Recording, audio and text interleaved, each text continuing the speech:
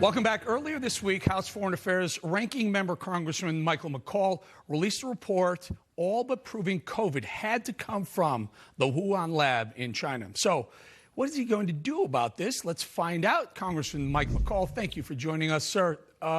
Scathing report. We've been talking about, we've been covering it extensively here at Newsmax.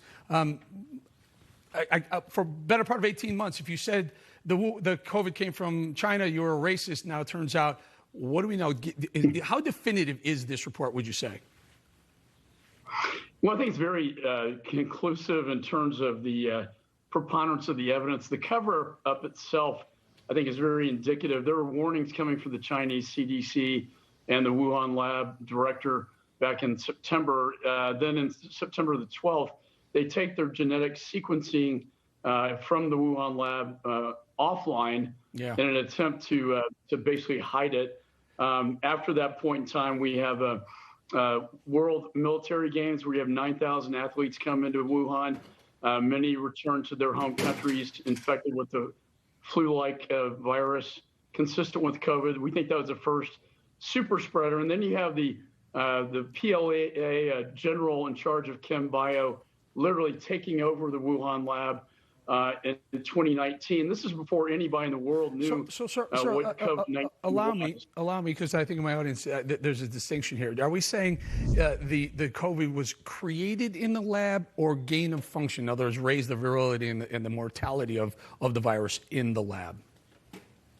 Well, what they did, Dr. Shi and this Peter Daszak, who took NIH money, your taxpayer dollars, and then funded these operations to take samples from bats from a cave 1,000 miles away where SARS originally took place, bring them into the lab, then engage in gain of function, as you mentioned. This is genetic manipulation of a virus to make it more dangerous, more lethal, more infectious, more contagious.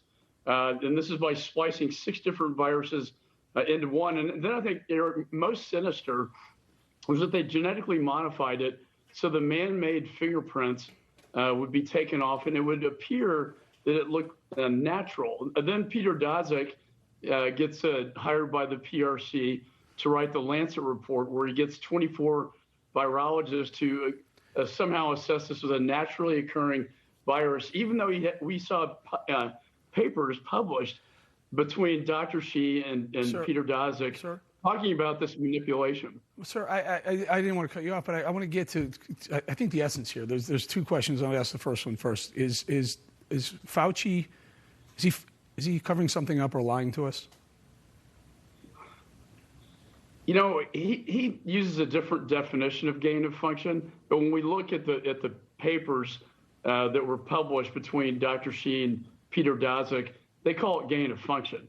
So I can't imagine that the guy at NIH approving these grants would not know what's happening at the lab, that it was genetic manipulation. What they're trying to do, Eric, is create a super SARS-like virus and then create a vaccine to counter that. But their safety protocols were so substandard that we believe it accidentally leaked out of the lab. Yeah. All right. I have the second question was, what are we going to do about China hiding all this data? But I don't have time. I want to say thank you. I appreciate your time, and we'll bring you back to further explore as we know more, as they say.